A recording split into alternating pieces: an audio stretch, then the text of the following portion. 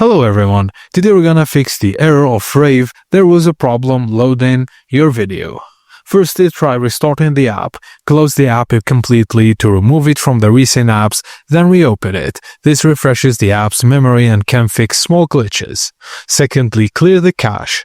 Go to Settings, Apps, then Rave. Tap Storage and Cache, then tap Clear Cache. This won't delete any personal data but removes temporary files that might be causing errors. And thirdly, try updating the app. Open the Google Play Store or Apple App Store, search for Rave, and there is an update available. Just tap it to download it. If none of these works, go to rave.io/contact or use the Help or Report a Problem option inside the app to report your problem. Thank you guys for watching, and please don't forget to like and subscribe for more.